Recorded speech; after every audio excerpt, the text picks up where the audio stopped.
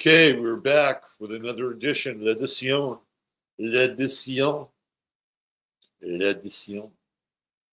of the Astro Weather. I'm Robert Phoenix, and it is Thursday. Bang the drum, sound the horns.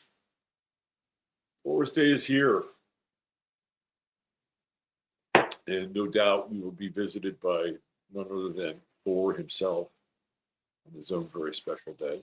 It is a day without the AKG microphone, which is always hit and miss here. So we're back with the old line-in mic. It is what it is.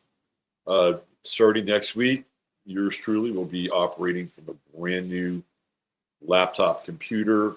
It's going to be freaky deaky. I'm going to have to learn like the whole new learning curve for the latest Apple laptop. So a big thanks to the lovely and talented one for a well-deserved for you. It's a gift for me, but it's also a gift for you because the quality of the production of the stream will be much better. My Uncle Sister Nito in the house. There's KK, the California Contrarian. Let's see who else we have. Julie Sunshine 333. What's up, Julie? Sigurd, my man. I had a lucid dream in which I turned on the television news. A story about you in a boat rescuing your son who was lost at sea as a result of some misadventure. Wow. Since my son is a Pisces, like some people in the chat who are very close to this question, literally and figuratively, I can see them being stacked. Yeah, that is an interesting dream. And it's something that I've done metaphorically for him a couple of times. He was definitely drowning in his own way, and I had to rescue him. It's what parents do, right? It's what we do. It's what my parents did, and I was sharing that this morning with Joan. It was like one of those moments. I was my son lost at sea, and somebody had to come rescue me. It sounds like a line for a song. I was my son lost at sea, and someone had to come rescue me. All right, who else do we have here? The Bisou, the new next. Yes, you know it's amazing again, just to remind you, these people that were on these Star Trek episodes, there was no middle ground. They either died around 50 or they lived, and some are still living well into their 90s. And some of them look to this day pretty well preserved. So, you know, people can scoff at people about, you're just pussies. Just take your shots and eat the food and take your Tylenol. Those people, if you look at them astrologically, a lot of them are like Pluto and Cancer people, right? So that generation, and even the boomers, but really like the Pluto and Cancer people, this is why they're still around and still here. They're like barnacles. They're like barnacles on the side of the hull of the ship. And it's because they didn't get the full program of vaccines and shitty water. And I think that the worst food that additive they had to deal with was probably DDT, and then red dye number 4 or 7 or whatever it was when it came along. But their bodies were built for longevity. And if you think about this, right, they're also growing up in a time where it's mostly a 40-hour work week. And sorry, my drowning at sea son just texted. So yeah, they had to, so if you go back and look at, so retrace this, you have this generation, they don't start taking vaccines don't come into the marketplace until the 50s. By that time, this generation's like well into their 20s. They're not scheduled. So they're vaccine free. Most of them are working 40-hour work weeks. The food is better. And the social structure and social order was a bit more settled, right? So there was stress because that generation is raised by Depression era parents. And it's a tough generation. Not everybody has that experience, I know, but the majority, they're trying to piece their lives together. The Pluto and Cancer people are really interesting people, if you ask me. So that's who populates the Star Trek episodes. It's, William Shatner's in his 90s. He's not a boomer. William Shatner is Pluto and Cancer. So that's why you get these people from Star Trek. Because I watched 3 episodes on YouTube about all the different actors who were on the various Star Trek episodes, who they were, their background. Some of those people on those Star Trek episodes were fucking born in the late 1800s. Because by the time it's 1967, which is when the series airs, 66, there was somebody that was born in like 1896, right? Like they're 60 years old. They need old people to play roles on Star Trek. There were people in Star Trek who were born in the previous century. And we're not talking like previous century now. We're talking about like way previous century.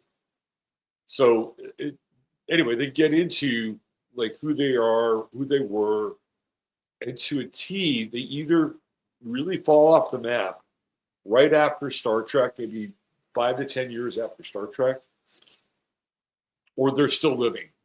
So it's really fascinating to watch, to see that play out in real time. And then you contrast that with the Grey's Anatomy actor, Eric Dane, who has just been reported that, and I didn't watch Grey's Anatomy, but I know that he was like a hunky guy on the show or something like that. He's in a wheelchair, he can barely speak, and he's 54. I mean, contrast that to the cast of Star Trek.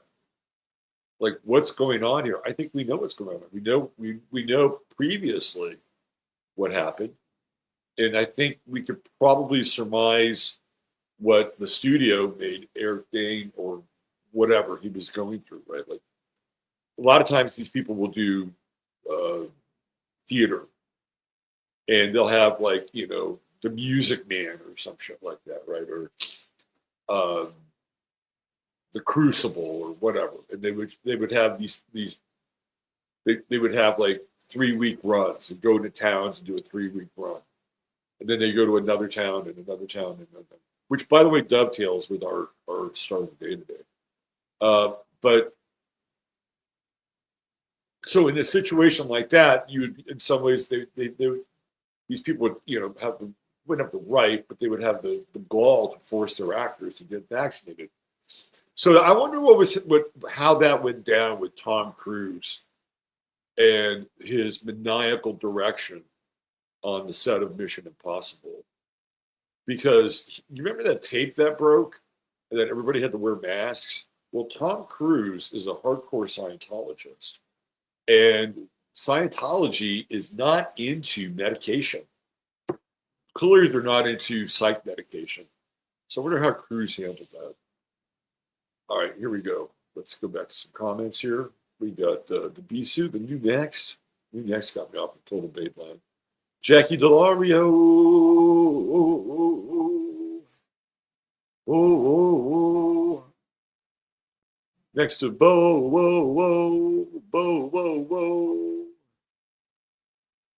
The Theater. Thank you for these. I just Greg Braden's interview on Joe Rogan. Highly recommend. Surviving the next decade is up to you. Yeah. Gee, I wonder where we've heard that before. I met Greg Braden. He's a nice guy.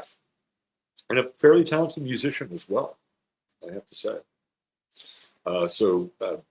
Yeah, Awakening to Zero Point was his first book. And that's a book that is worth reading. He's got many others, but I would definitely check out Awakening to Zero Point. Ms. Behaving too. What's up? There she is. Lovely and talented one. Glemma. We got a Glemma sighting. Janine, Bill Smith, Lisa Ann White, PB, Sharon Lewis, Nicole Apollo, Moira, New York City. What's happening? Hope you're ready for your next mayor, whoever it is. We got Night Slide. What's going on, Night Slide? Hanging Laundry, Green Eye Crow. There he is. Like a clock, Tom Jordan. And what's this, you know what that is? That is a call to action. Right there. Like and subscribe. There's your call to action. Like and subscribe. Right. Okay, let's get into the weather. I've been bleeding. Enough. I've already lost 5 people. Shut the fuck up. Just talk astrology. Can you be more like AI? Maybe I could perfect my AI voice. Let's see.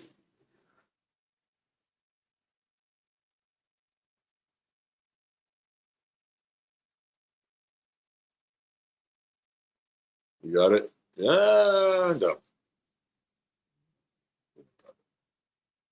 See, I'm paying attention. I am paying attention to your needs.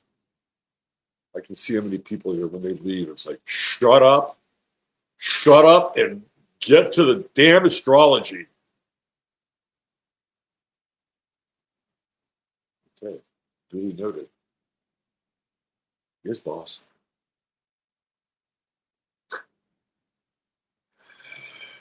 All right. Oh, there he is. He's just talking again. He's just flapping his gums. Okay.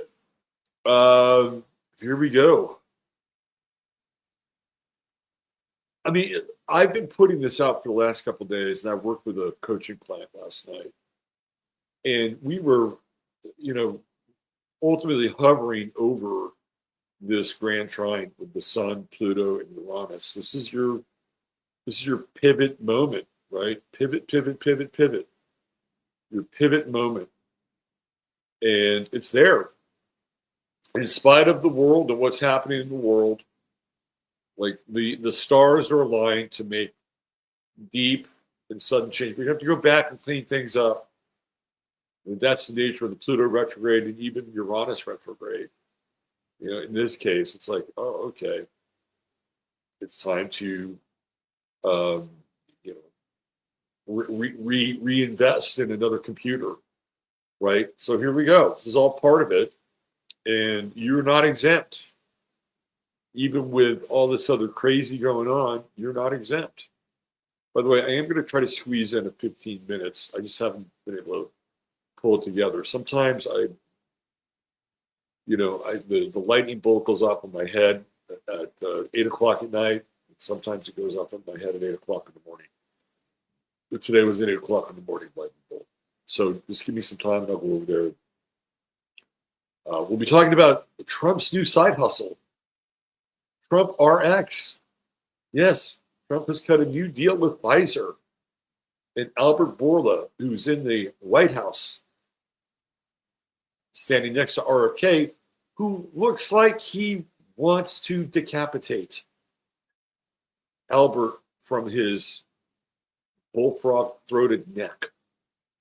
You haven't seen that picture. It's one that is filled. I got to hand it to RFK. He's a Capricorn. He's the right guy for the job. Whatever you think of him, he's got staying power.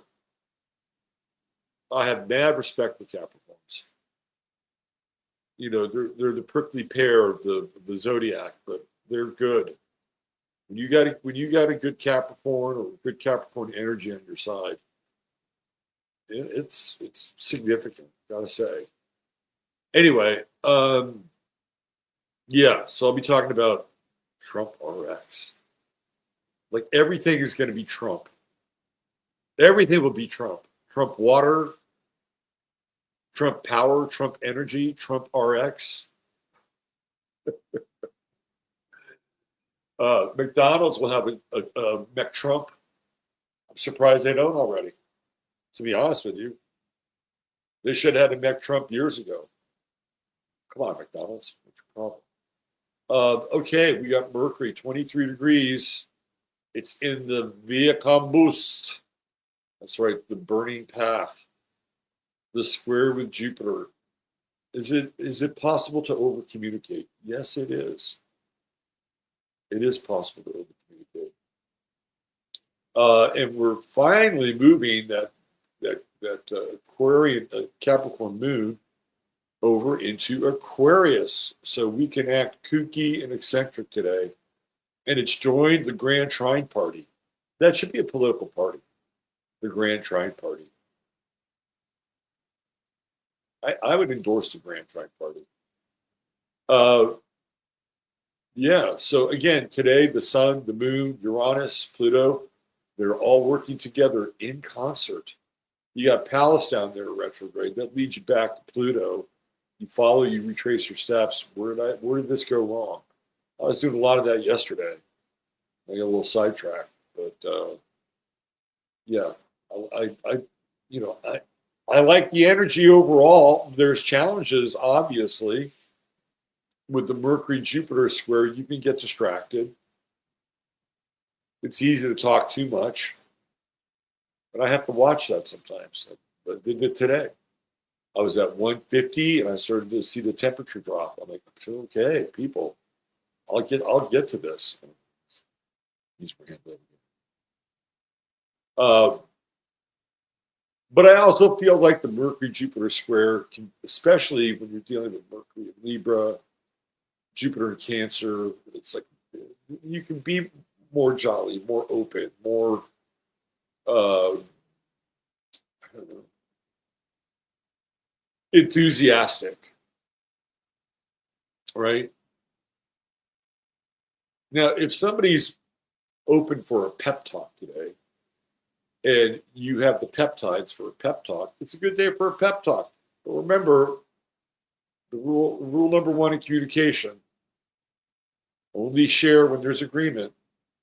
So I think it's important. Like, hey, do you want to know what I have to say about this? Or do you want my opinion? Or do you want my thoughts? How I feel about it? Feel always works. Feel always works. Because a lot of times people are in their feels. It's like, okay, I want to hear what you feel, because sometimes opinion can be, like Patrick J. Buchanan, Pat Buchanan, through the chain from the place. So feelings are probably a good place. Would you like to know how I feel about this? Boom. They say yes. You got the passkey. Venus is still hanging out there. Lonely Venus. And it's conjunct that south node. That's like Robert F. Kennedy out there on that health island by himself, fending off a band of marauding pirates that want to steal all the natural botanicals and medicinals on his island and take them back to their world and turn them into pharmaceutical drugs. And I'm being exaggerated, but it's kind of like that. And there are people who are out there flapping in the wind, butt naked, standing on principle. Sometimes Virgo is a sign that has principles.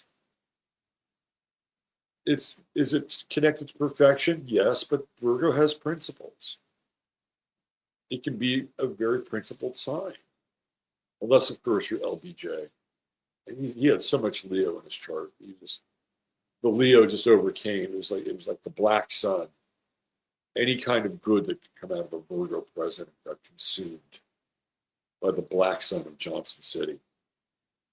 Anyway, there's an actual city named after. It's Johnson City, and his ranch is there, and all. Like, you would think that, oh my God, what a great tourist for. What if they had Trumpville? What, people would flock to Trumpville. Obama Town. Johnson City, not so much. You just drive through it. You can blink and miss it. But anyway, that's Virgo. Virgo is principle. And you know what it reminds me of? This Virgo, Venus and Virgo, just hanging out there butt cheek naked with the South Node reminds me of a scene from A Kiss from the Spider Woman. The Kiss from the Spider with William Hurt and Raul Julia. And it's based on a play. It's based on a book. Who is it? Gabriel Garcia Marquez, or one of those South American authors who are brilliant, florid use of the language. And Raul Julia plays a journalist who's been jailed for saying nasty things about his government. This is in Argentina, by the way. And even though Sonia Braga is in it, but the book is supposed to take place in Argentina. And William Hurt is in it. He plays a drag queen who's there inside the prison. And it's the film is about their relationship, and Bill Hurt and drag. No, it's about their relationship and how Raul Julia stands on principle. And there's a scene where William Hurt's drag queen character is eating an avocado. And Raul Julia won't eat an avocado because it is a food of the bourgeoisie. And William Hurt's like, hey, sometimes an avocado is just an avocado.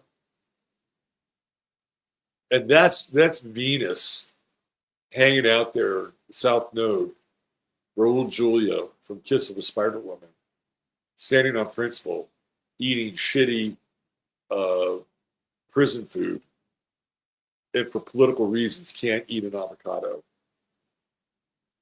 Kind of like that. Because it's out there, right? And it's debilitated because of the South Node. Now there is, as it gets closer to the South Node, there is some value here in cleaning up relationships. And it's a Virgo cleanup. It's like, spill on aisle 7. Well, I guess that would be a Pisces cleanup. It was liquid. But let's say it was a giant bag of dog food. There you go. 6th house. It would still be a spill. Spill aisle 7, dog food. I mean, that's kind of like the cleanup. And so there are things where you can clean things up. Sometimes you have to do this with relationships. And in Virgo, it is not always fun. And it's not always the other person. Sometimes it's you. Sometimes are you holding up your end of the bargain? It puts it under the microscope. Past relationships can come up under this as well. And a lot of times they don't always come up well. They don't always come up well. So, but the idea here is to heal, right? I mean, look, if you believe in God, whether it's the God above God or the Christian God, right? There's a force that emanates through this time-space continuum that is both collective and personal. Rest assured, that force wants you to heal. Because you become the best emissary of that force when you are healed. And healing sometimes is painful. It's not, and sometimes it's pleasurable. It's like, oh my God, healing could feel so good. Like when my mother would get a massage, she would go into, Kriyas almost, right? Because somebody just touching her body in a therapeutic way, because she hadn't been touched in years. My father died in 2010. My mother passed away in 2014. It's 14 years since she had somebody, hugs in church don't really count, right? But a massage, oh my God. It would change her world. So it doesn't always have to hurt. Sometimes it can be pleasurable. But rest assured that the God above God, or the God of this world, the God that's proliferating through the chlorophyll of the grass that's growing up through my lawn, wants you to heal. Because again, you're the best version and emissary of that version of God. So there is some tremendous potential here because it's uncut. Right? There's nothing getting into this aspect. It's uncut. And it's rare when we get something like this. Yeah, we have these sesquisquadrate, and that's coming down. Right? That's coming down right down here. It's a moon Plutoville. So there's some family connections as well. Sesquisquadrates remind us of intergenerational family issues. The good news is the moon in Aquarius is objective. It is detached. It is cool as a cucumber and detached. So the operation or the exercise for this doesn't have to. It doesn't have to be subjected to a lot of judgment. The only judgment is from you. And sometimes judgment's a weird thing. People often get judgment and criticism conflated. Criticism, if it is done in like if you have a child who's obese, you need to be loving and critical of their condition. You have to be. If you're not doing them a service. But quite often, people who never want to change or do the, they claim to be judged, and they're not being judged. That's the conversion process in their head. You know what's interesting too about this? Like we are in Yom Kippur territory with this Venus sextile, the South Node, and Yom Kippur is vehicle for atonement. Now it gets into the Kol Nidre, which I'm going to skip over today. I may talk about it over 15, but it's an interesting time. If you're in that faith and you are going through this atonement, it's a profound season for you. This one in particular. Because nothing is off the table for you looking back on your year and re-examining your year, especially relationships and agreements, contracts with others. There's that Mars in Scorpio still. We're going to be talking about that for a while, aren't we? Coming in and squaring the moon today. That's a weird energy, I have to say. It's pretty weird, right? It's like, hey, can you be more passionate? Hey, can you be less passionate? It's like, which one is it? Because that's where it is.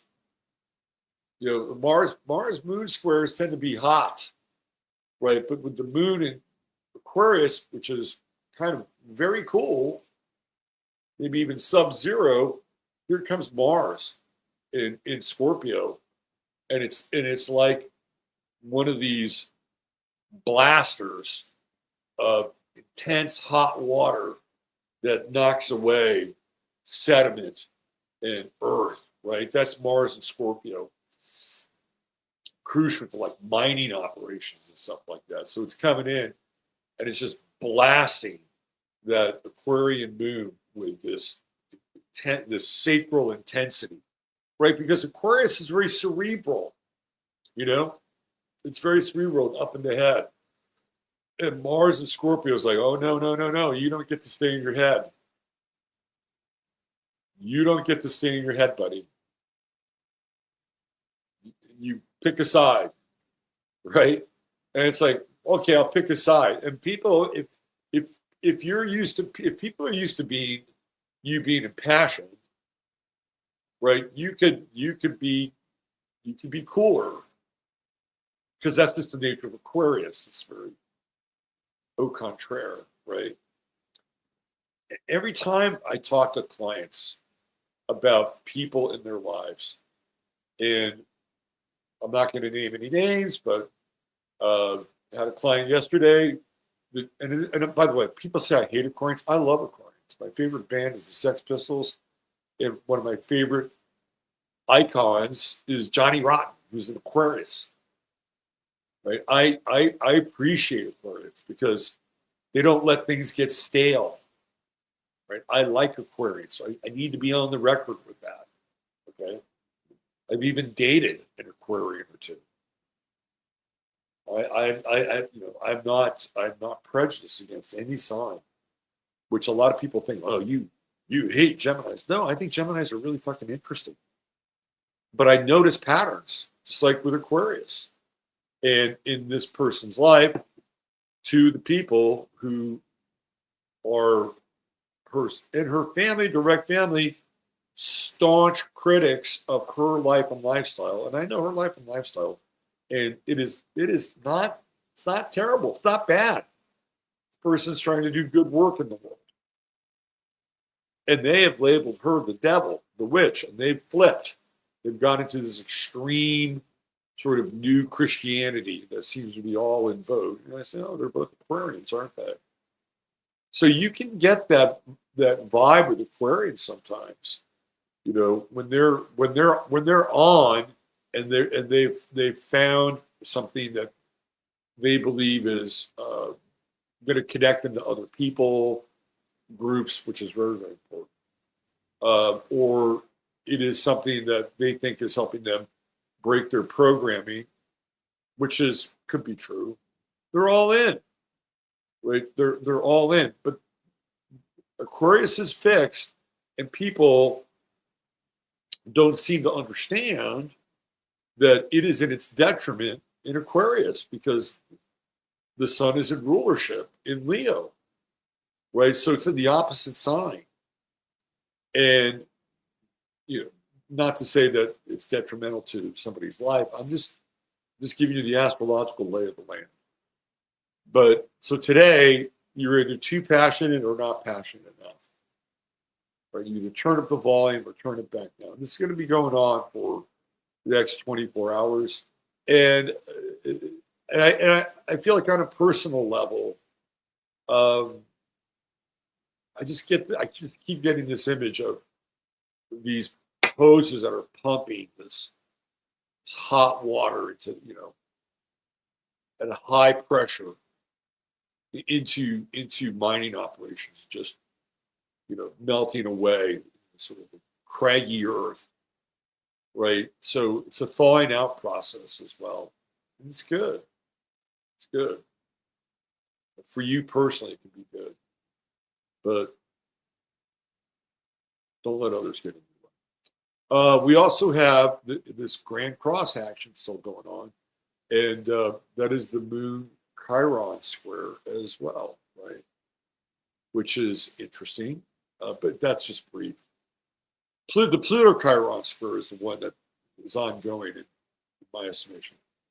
Fairly troubling. Remember, that's the degree of Eris. So discordia, chaos, it's right there. And that's kind of also in alignment with Pete Hegseth when he went to Washington and did his Patton impression. Everything is a fucking script now. And he's telling, we're going to shave your beards. Beards are for queers. And we're going to do push-up tests, goddammit. Now, I will say this about Trump. He's bringing back the president's physical fitness test. I think this is a good thing. I think this is a good thing. Because PE became super loud. I remember PE was not recess. Like, what are we doing? Oh, we're we're doing cross country for the next 3 weeks. Well, we do that shit. Like we did everything: cross country, wrestling. We got into high school. It was weight training, boxing. You did everything. Towards the end of the year, when the weather was warm in high school, we had a pool. It was swimming. But the president's physical fitness test, that is going to be interesting. And there were certain things I was good at. There were certain things I wasn't really good at. Say, I was, where they have the 3 lines, and you shuttle back. I was really good at that. Because I had long legs, and I was good at moving side to side. So I would score very high, and I would score high in sit-ups. I was good at sit-ups, even though from all the soda that I drank, I was a little portly. Well, Robert wasn't good with pull-ups. Not good. Never been a pull-up guy. There was a period of time where I was doing a lot of isometric training with push-ups, and I was doing the rowing machine, right? And then I would do the rowing machine backwards, pneumatic rowing machine. I really liked that. It was like presses, and I did push-ups. And I started to get really kind of ripped. This is back in my 20s, and I was running on the beach every day. I was in fantastic shape, and I started to be able to knock some pull-ups down. I was like, hey, look, I just did 3 pull-ups. I mean, 3 pull-ups for me was fucking huge. It was like 20 for somebody else. My body just wasn't made for too long. People who have shorter arms are really good at bench press, and I think that makes them better at pull-ups too. They have less room. They have less room to travel. Seriously, shorter people have less room to travel. I had more room to travel because my arms hung lower. I have long arms. They help me in basketball. All right, start of the daytime. Let's see if my experiment worked. Hey, 203 people. All right. Hey, remember, now we got 203 people here. Remember,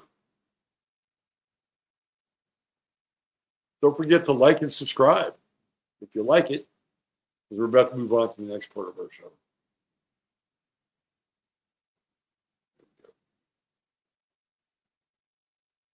The True Hemp Science star of the day. I'm really excited. I'm meeting with another sponsor on Friday. I got some new products for you guys to check out.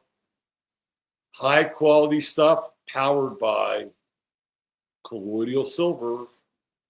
And it's another local business. So you're going to have an opportunity to really boost your health even more. For now, we're talking about True Hemp Science, and we will always talk about True Hemp Science. True Hemp Science is your one-stop shop for the best CBD you can find on the internet. I'll give you a bit of a visual here. There's the Solara. You order $100 or more, you get the goodie bag. You'll get some of the gummies, a couple of vials of Chris's very efficacious tinctures, and it's like Christmas. That's your stocking. It's your delivered direct to your house stocking stuffer.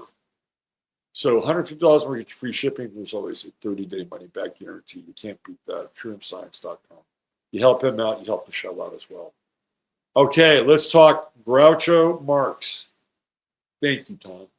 Thank you. I get so into the share that with the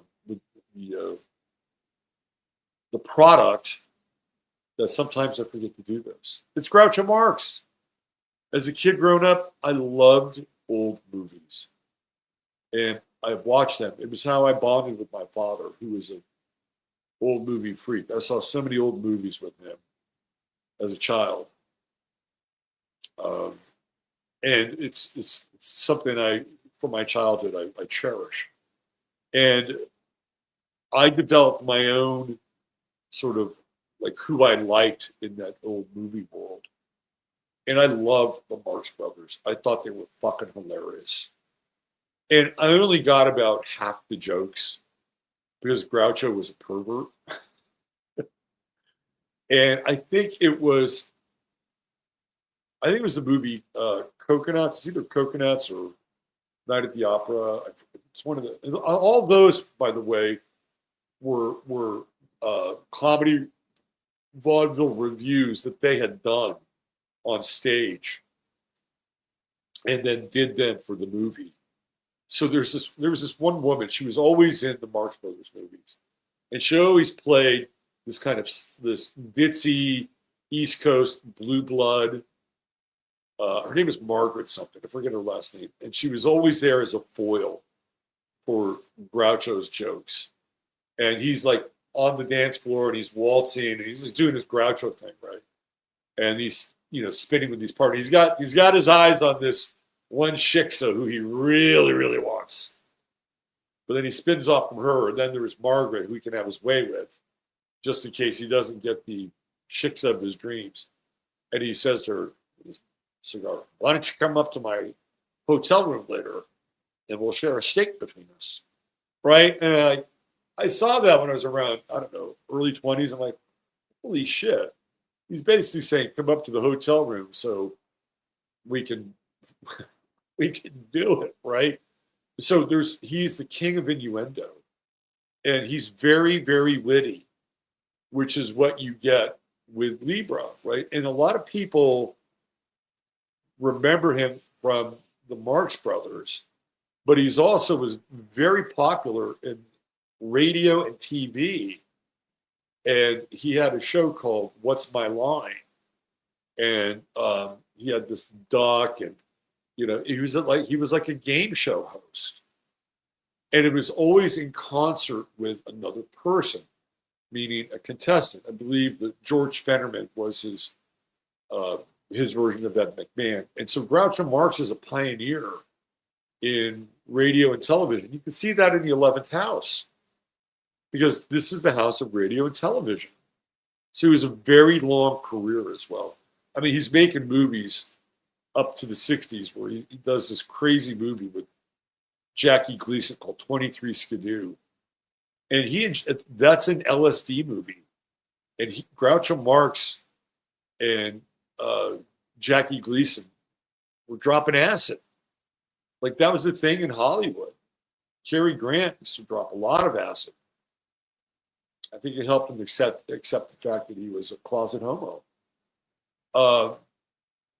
So he's got this kind of long tail, Sun conjunct Vesta, right? He's got this long tail in media. And you can see the Marx Brothers in his chart. It's right down here in the third house, right? This is siblings, right there, siblings. And Jupiter is a lot of siblings, isn't it? And he's got the four brothers. He's got Zeppo, Harpo, and Gummo. Gummo was the one who looked like he's the one that could pass for a goy. Gummo was he ironically, he was the one that got the least amount of screen time. But Groucho, and it's an Aquarius, so they're like a team, and they're like a group. And he's got this grand trine. He's got a super powerful chart. I mean, you can see why Groucho Marx is successful. And even with Saturn in the 10th house, like, that's a long career. And he had to come up through the vaudeville world and really, kind of pay his dues. And this is how hard his life was in some ways. So he had signed on with this guy in New York for this review. He was young. Like, his mother pushed him out of the house to go get a vaudeville job because he got paid $4 a day, which back then was a lot of fucking money to perform. So he signs on with this troupe because he can sing a little bit, he can dance a little bit, he's a funny guy. He's like 14 years old. He's working at a very young age. And they are in Denver, Colorado, remember, he lives in New York City. They're in Denver, Colorado. And the guy, he's in a hotel, right? And they're scheduled to go to the next town. They leave him. They leave him in Denver. They take his money, right? The money that he's owed. He's not going to get that. They're going to keep it, split it. And there he is. He's like, this 14-year-old kid from New York in Denver, this cow town. So eventually his mother has to wire him money to Union Station or through Union Station, Western Union Telegram, right? So he could take a train and go back to New York. That's what I mean by like cutting your teeth, School of Hard Knocks, Saturn, Virgo. And he's got Mars in Capricorn. Again, longevity, drive. I think he has a really interesting chart. He's a pervert. We know he's a perv. Scorpio, rising Venus and Scorpio in the first. He's got Pallas there. And then he's got Ceres and Juno and Sag. And I feel like the LSD side of him is like, that's the LSD side. And he's very explorative, or explorative, explorational. And partnerships, he's got a really, Groucho Marx has a really good chart. Mars in Capricorn exalted, Moon in Taurus exalted. What else? Venus in Scorpio in its fall. But that's the only planet that is like, I don't really have a problem with Saturn in Virgo. It's not debilitated. It's just somebody who can be utterly health conscious. Another quick story about Groucho. When he took acid, he remembers listening to Beethoven on acid. And he was brought to tears because it was the closest he felt to God by listening to. He actually, it was a huge turning point for Groucho. Can you imagine that? Groucho Marx listening to Beethoven, probably on a really good stereo too. He was driven. He was driven to succeed by Chiron. He wanted to be a star. He wanted to be a star. Chiron and Leo. He wanted to be a star. And even that Chiron, right, for his 9th house, getting dumped in Denver like that. Very interesting chart. Like here is a chart, and even with Mars, he's never going to quit. Those squares with Mercury, Sun, he's never going to quit. He's never going to give up.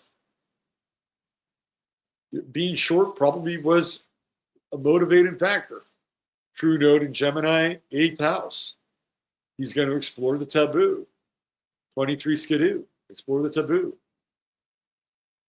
I like Groucho Marx. I like the Marx Brothers. W.C. Fields, somebody from that era who was horrible human. But I like this humor. I like his movies. So if you want to laugh and be entertained, the Marx Brothers will entertain your ass. Right? You got Harpo who doesn't say anything and makes all those funny faces. And he plays this angelic harp. Like that's fucking entertaining. Right? And then you have Zeppo. Zeppo's the ultimate straight man. Like,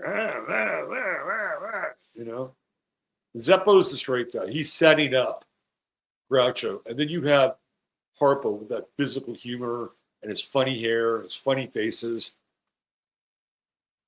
They're part of the American story. So if you get a little down, I highly, highly recommend watching the Marx Brothers. They'll lift your mood. And a lot of their movies, if you can just get into like the physical comedy, it ages well. Right? And if you listen for Mr. Libra's double entendres, you go, holy shit. This guy is managing to get a lot of really blue material past the censors. You can even have a drinking game. Maybe you're drinking, I don't know, matcha tea every time you want to be healthy. Venus and Virgo. Every time is a double entendre. Matcha tea. All right. That's it for today. Thank you, one and all. You know what to do. There is, of course, the QR code at the top in the right-hand corner. And if you feel so inclined, and if you're living in the 21st century, all you got to do is take your phone right here, go to camera, and you can QR that thing. Right? And you can say, oh, yeah. Well, you're Robert a buck. Today, he's worth a buck. Good job. Or you could just hit like and subscribe. Or, of course, you can, again, if you're listening to the show, I'm digging my way out of the readings and doing my best. There's a lot of things I'm cleaning up. So it's not just going back and reaching out to people. My whole system has been clogged for notifications. And it's like, for whatever reason, my call over number isn't working either. I got to deal with that. So anyway, thanks again. Take care of yourselves. Use your head in order to discern what's real, your heart to discern what's possible. Tomorrow, we got Russ Winter coming back. Next week, we've got the incredible Danny Katz. And soon, in the next week or so, hopefully, myself and the Leo King joining forces once again. The dynamic duo. So some things to look forward to. Okay, take care, everybody. Bye for now.